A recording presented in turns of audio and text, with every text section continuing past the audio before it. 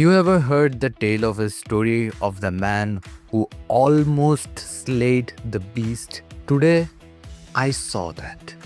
Today, we all saw that. And to be very honest, today, as not only Barca fan, as football fans, we are proud of that man. We are proud of our team. There are some stories that you just remember them. You just remember them. They become etched in your memories. They become etched to who you are. Because they are so epic. They are so encouraging that just remembering those incidents boost your self-esteem to a whole new level. In future, whenever any kid will watch this match, will see this match, will recap this match, will understand what adrenaline feels like, what never giving up feels like, what 1% chance and 99% faith feels like.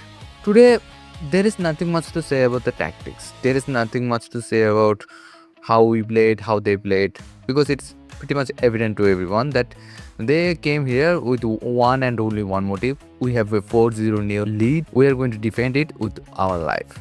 And you cannot blame them for that. You cannot blame them for playing haram ball or playing a low block game, despite having players like Antoine Griezmann, Julian Alvarez, Guillermo Simeone and Lukman in their team.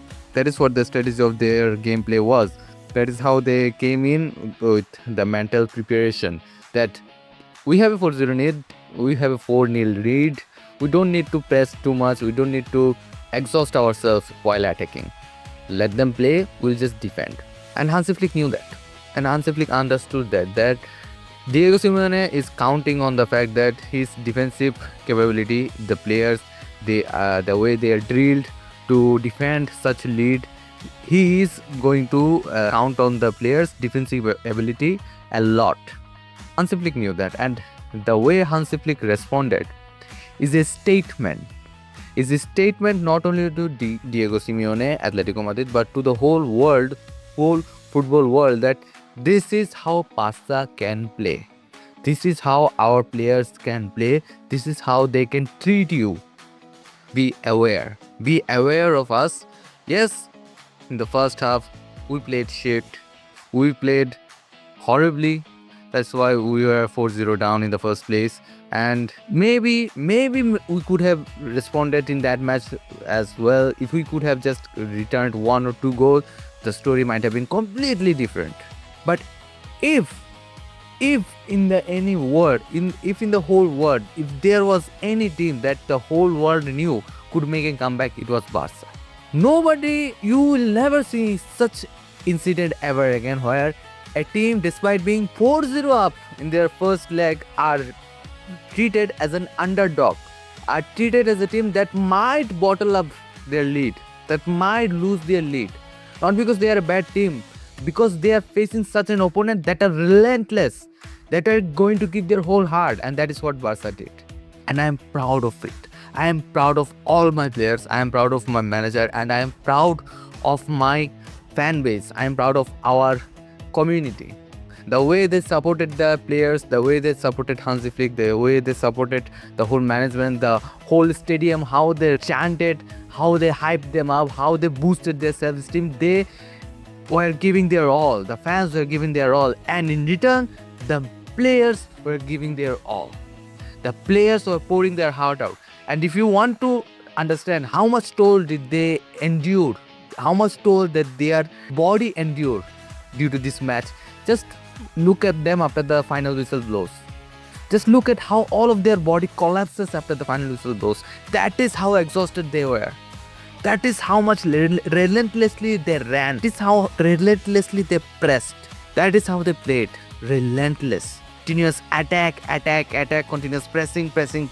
No giving them any chance to counter attack. No giving them There were multiple chances, yes. Not like they didn't get any chances. And quite honestly, everyone knew that if Atletico Madrid somehow managed to create one counter attack and create one goal from it, the whole scenario might have changed into something different.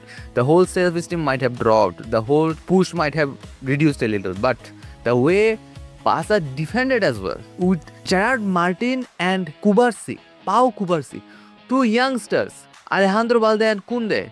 All these youngsters today showed the courage, the guts, the balls of a fighter, of a knight, of a warrior. And I know we all knew we had our limitations. Going into this match, we didn't have Lewandowski, we didn't have Frankie de Jong, Eric Garcia was suspended, Ferran Torres was not informed, Daniel was not informed. And after the match started as well, Koundé got injured in just 10 minutes. The reports are he might have suffered a left hamstring injury. Then Balde came in as his substitution, and Balde got injured as well.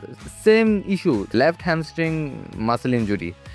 And with all these limitations, despite all these limitations, the way they performed, the way they poured their heart out, Pedri was not fully fit. He was supposed to get off in the 70 minutes. Hansi Flick was indicating him, "Is he? Are you willing to sub yourself off?" But Pedri said no. He knew very well. He knew very well how much he was required in the field, how much the team depended on him, and he understood the assignment so well. And you can see it in the final 2 to 3 minutes how his body just gave up. He was not that Pedri that we know, that doesn't give away a ball, that doesn't make wrong passes. He was making wrong passes. He was not able to pull off those long balls because his body was just exhausted. He was relentlessly pressing, recovering balls, winning aerial duels, winning down duels, making final third passes, assisting the team, conducting the gameplay. Everything was dependent on him. And then coming to the player who created all of the magics, Lamine Yamal. What a talent he is. What a player he is. Creating something from nothing at all. What a magician he is.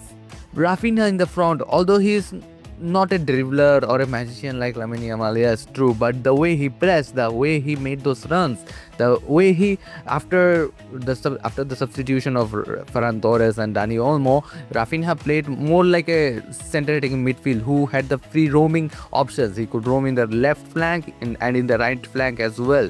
The way he played during that phase, toying with the midfielders, toying with the players of Atletico Madrid, it looked beautiful. And this game just reminded me of that story that once there was a kingdom that was attacked by a dragon. Everyone knew what the fate of the kingdom had just right there and then, that it was ultimate doom. It was inevitable. No one was going to do anything about it. But the king of the empire said no. We are going to fight against it and we are going to give our whole heart against it. Everyone knew that was bogus. There was no way they are going to do it, but they marched ahead saying 1% chance, 99% faith. And they gave it. And they gave it all. The way they fight, it was marvelous. It was one for the ages. Everyone was hooked to the fight. Everyone was looking how they were putting on a fight so majestic, so relentless. What courage do they have in their heart? How are they going to manage it off? How are they pulling it off till now?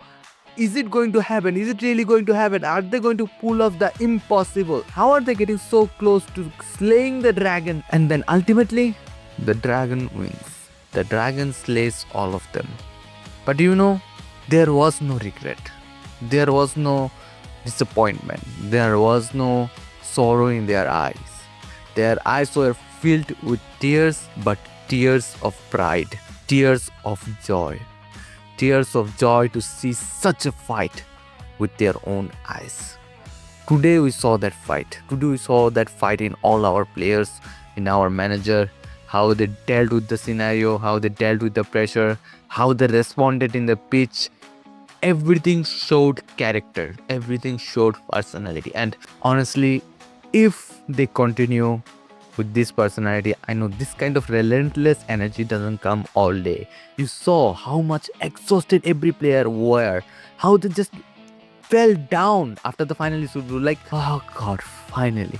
Even they win, even they lose, it was just a relief that it ended.